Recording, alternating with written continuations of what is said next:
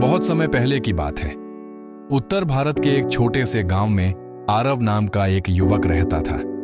वह साधारण परिवार से था, लेकिन असाधारण रूप से भावुक और ईमानदार।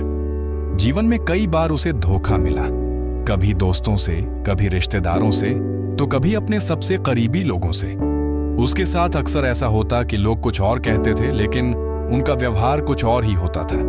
आरव हमेशा यही सोचता, अगर मैं जान पाता कि सामने वाला सच बोल रहा है या झूठ, अगर मैं उसके मन की बात पढ़ पाता, तो शायद मैं इतना टूटता नहीं। यही सवाल उसके जीवन का सबसे बड़ा प्रश्न बन गया, और इसी प्रश्न ने उसे एक दिन सब कुछ छोड़कर एक यात्रा पर निकलने को प्रेरित किया। उसने सुना था कि उत्तर दिशा में हिमालय की तलहटी में एक बौद्ध भिक्षु तपस्या कर रहा है, जो दूसरों के मन की बात जान सकता है। लोग उसे मनदर्शी साधु कहते थे। आरव को लगा शायद वही साधु उसके जीवन का उत्तर दे सकता है। वह दिन रात चलता रहा, पर्वत, नदी, जंगल पार करता हुआ। अंततः एक शांत झील के किनारे पहुंचा। वहां एक पीले वस्त्रधारी वृद्ध भिक्षु एक वृक्ष के नीचे ध्यान मग्न था। उसकी आंखें बंद थीं, लेकिन चेहरा ऐसा जैसे किसी दूसरी ही दुनिया में हो। आरव ने प्रणाम किया और पूछा, गुरुदेव, क्या आप दूसरों का मन पढ़ सकते हैं? क्या आप मुझे भी ये विद्या सिखा सकते हैं? भिक्षु ने आंखें खोली और मुस्कुराकर कहा, क्या तुमने कभी अपने मन को पढ़ने की कोशिश की है? आरव चुप रहा। भिक्षु बोले, दूसरों का मन पढ़ने की पहली शर्त है अपने मन को शांत करना। जब तुम अपने ही विचारों के शोर को सुनना बंद कर दोगे, तब तुम्हें दूसरों की चुप्पी भी साफ सुनाई देने लगेगी। उस दिन से आरव की साधना शुरू हुई।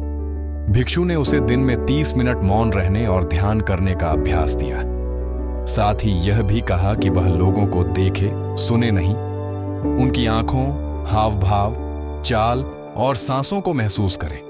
भिक्षु ने कहा, शब्द भ्रमित कर सकते हैं, लेकिन भाव कभी झूठ नहीं बोलते। आरव गांव लौटा और दिन ब दिन अभ्यास करता रहा। उसने मंदिर के कोने में बैठना शुरू किया। वहां रोज आने जाने वाले लोगों को सिर्फ देखता, उनके चेहरे पढ़ता।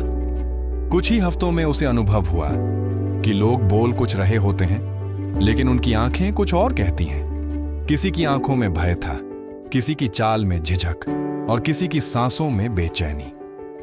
एक बार गांव में एक बुजुर्ग आए। वह रोते हुए कह रहे थे कि उनका बेटा उन्हें घर से निकाल चुका है। सारे गांव वाले उस बेटे को दोष देने लगे, लेकिन आरव ने उस बेटे की आंखों में कुछ और देखा। वहां पश्चाताप था, शर्म थी। आरव ने उससे अकेले में पूछा, तुम अपने पिता से नफरत करते हो? वह लड़का फूट फूट कर रो पड़ा और बोला, मैंने गुस्से में उन्हें कुछ कह दिया था, लेकिन अब मुझे समझ नहीं आता कि माफी कैसे मांगूं। आरव ने दोनों को मिलवा दिया। धीरे धीरे गांव वाले आरव को खास नजरों से देखने लगे। कोई उसे सलाह लेने आता, कोई रिश्ता तय करवाने। लेकिन आरव हर बार यही कहता, मैं कुछ नहीं जानता, मैं सिर्फ उन्हें सुनता हूं जो शब्दों में नहीं बोलते।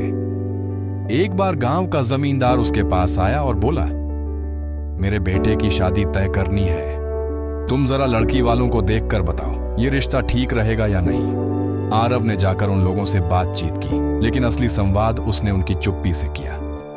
उसने देखा कि लड़की का पिता बहुत कुछ छिपा रहा है। उसने रिश्ता मना कर दिया। कुछ दिनों बाद पता चला कि लड़की के पिता पर भारी कर्ज और धोखाधड़ी के केस चल रहे थे। सब चौंक गए। आरव ने कोई तंत्र नहीं किया था, कोई चमत्कार नहीं दिखाया था। उसने सिर्फ भाव पढ़े थे। कुछ महीने बाद वह फिर भिक्षु के पास गया और बोला, गुरुदेव, अब मैं समझ सकता हूं कि लोग क्या छिपा रहे हैं, क्या झूठ बोल रहे हैं, लेकिन कभी कभी मैं भ्रमित भी हो जाता हूं। ऐसा क्यों?